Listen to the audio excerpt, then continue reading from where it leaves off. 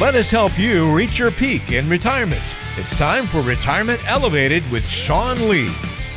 This is another edition of Retirement Elevated Podcast with Sean Lee, managing partner at Elevated Retirement Group, serving the Salt Lake City area from his office in Sandy. 855-50-RETIRE, your number to call if you got some questions or concerns about your own retirement, need a little bit of help, or you know someone who does, let them know. 855-50-RETIRE, that number to call. Listen to the podcast and share with others at retirementelevatedpodcast.com.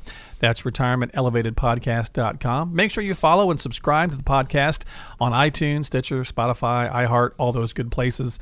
And Sean, welcome in, my friend. How are you? I'm doing great. How are you, man? I am hanging in there and doing pretty good. And I wanted to play a little game this week on the podcast. So we'll change it up a little bit. Let's play a little game of right or wrong. You're like, oh, no, I didn't know I was going to agree to that. So look, depending on who you ask, Sean, you can get a lot of different answers to these, right? So I know technically you're probably going to have a hard time giving me anything concrete. We won't hold you to it, but we'll just have a little fun with this. So I'm going to ask you some basic questions about hot topics that people always kind of say. You hear somebody say left, you hear somebody say right when it comes to the answers. So we'll just get your take on some of this. So what's better, in your opinion, paying off debt or building up savings? Oh, that's a good one. Well, I think it depends on the type of debt. So if you look at it, you said, Sean, what's better off, paying off credit card debt or building up a savings account? Mm-hmm. And if credit card debt had high interest rates, whatever, you see them all the way up to 25 or whatever percent. I would at that point say, hey, you know what? Go ahead and pay off the debt, because that's going to choke you out financially. Going to get you in a full Nelson? Yeah, I mean, and to be honest, if you got 18% interest that you're paying, there's nothing out there that you could say, oh man, I'm going to put into a savings account and I'm going to earn 18%. Right. So kind of the offset there is get out of debt as quick as possible, and then all that money that you're paying into the debt, then transition it into savings. Because if you can create what we call like a toppling effect, where say you got different debts all over the place and you just start to pay them off, and then you roll money into them and then pay those off, and then you roll what you were paying into the last debts. Now you're used to making those payments anyways. So why not just then shift that money into savings and continue doing what you're doing? Yeah. So in this aspect, I'd say pay off the debt first, and then start to build up the savings. All right. So that's pretty good so far. You know, I was thinking about this when I was putting this together. Did you ever do this when you were in high school? It seems like, or some point in life where you're sitting around with your friends and people get into this weird conversation, and it's always a versus conversation. Pepsi or Coke, right? Are you a Pepsi or Coke guy? Are you a Chevy or Ford guy? You know, whatever the case is, right? So that was kind of the thought behind this. I still carry those today. I'm a Pepsi guy and I'm a GMC guy. All right. Well, we're on the same page. We're talking the same lingo, so that's good to know. All right, well, here's your next one here on right or wrong, if you will. Is it best to pay off the house as soon as possible or keep the mortgage as long as you can for the taxes? This is, well, I mean, from a tax perspective, there's that's really changed, not a lot of benefit. Yeah. But this is an argument where you can get in trouble. You know, there are those people that say you have to pay your house off as quick as possible to reduce down your monthly outflow of expenses. And then there are those other people that say, I'm just going to refinance and I'm going to keep my mortgage as low as possible into retirement or whatever it may be. I don't care if I have a mortgage. As long as my cash flow can accommodate it, I'm cool having a mortgage. And I tend to live somewhere in the middle. Okay. And so let's say, for example, that I had an extra $1,000 per month that I could pay either down on my mortgage, or I could put money into savings and keep the mortgage as long as possible. I would probably do a combination of the two. I'd probably say, hey, let's pay down the mortgage quickly, because mathematically, if you make 2 extra mortgage payments a year, you dramatically reduce the number of years that you have a mortgage anyways.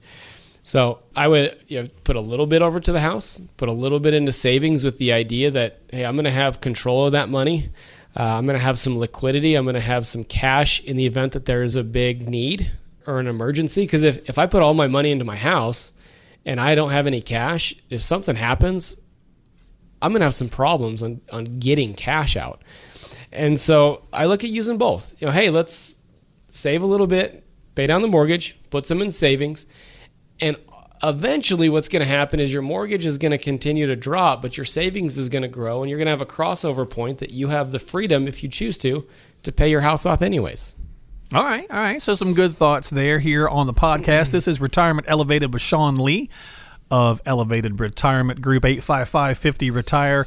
Having a little fun, warming him up really with the writer, playing a little right or wrong, if you will. Because now I'm going to hit you with a couple of a little more complicated ones. Let's see what we got time-wise. How about this one? Mutual funds, good or bad? It depends on who you ask. Exactly. Okay.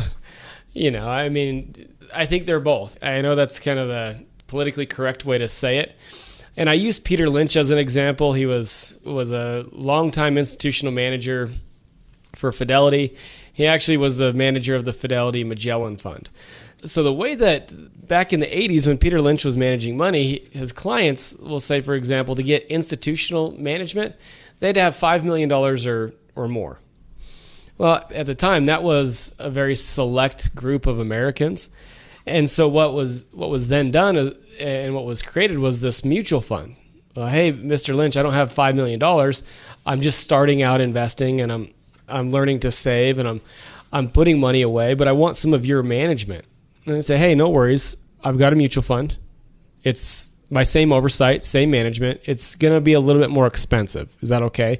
And that's really the idea behind mutual funds, in my opinion, is that you use funds to start to build wealth, and you start to grow, and you start to save because they're really easy. They're prepackaged. You don't have to put much thought into the allocations, and they're professionally managed for you. Eventually, as time goes on, you build more wealth, your assets continue to grow, and with where technology has come, those institutional managers have dropped their minimums.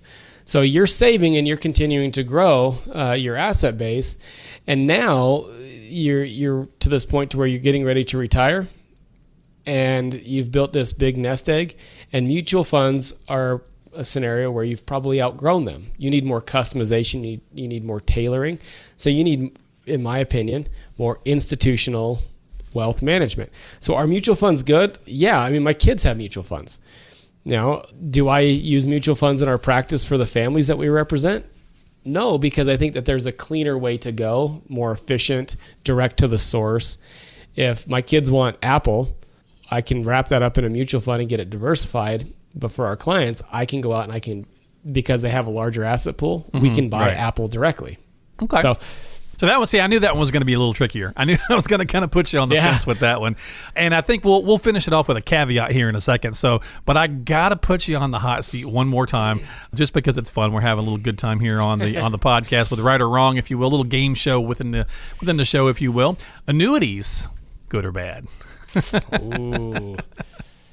It's the A word. I'm dropping the A word. Well, it depends on who you ask again, right? Right. There are some people out there that say annuities are bad and you should never use them. I'll go back to an example of a guy that we met with. This was about 3 years ago, actually, and he was going through our process, and we were in the phase where we had gone through the evaluation. We had come up with what his issues were, and he decided that he wanted us to solve them. And so we moved into the design phase.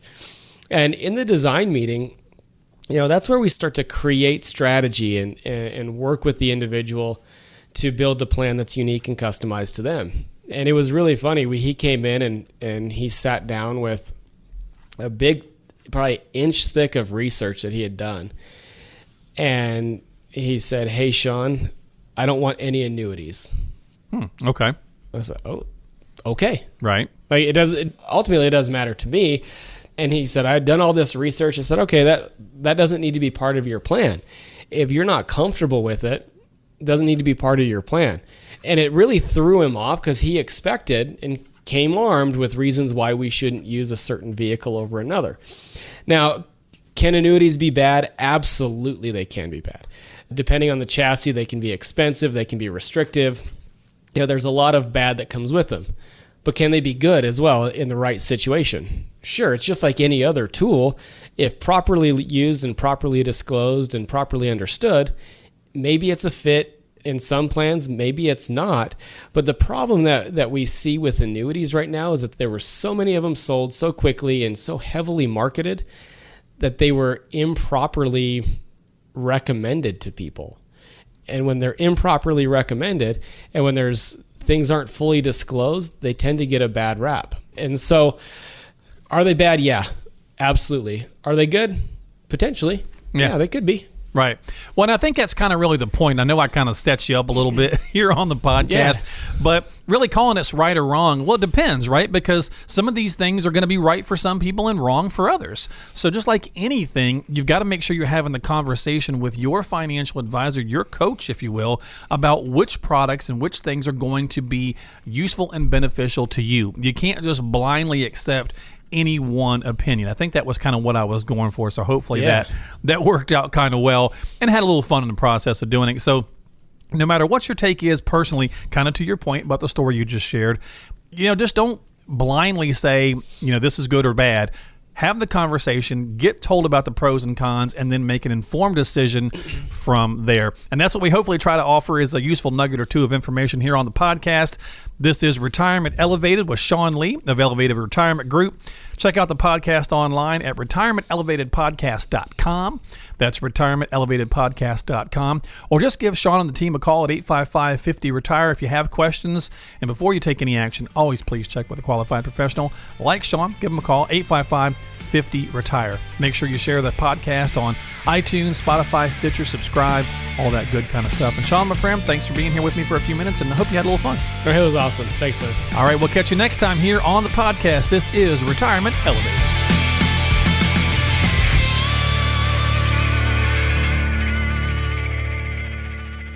Investment advisory services offered through Elevated Capital Advisors, LLC, and SEC registered.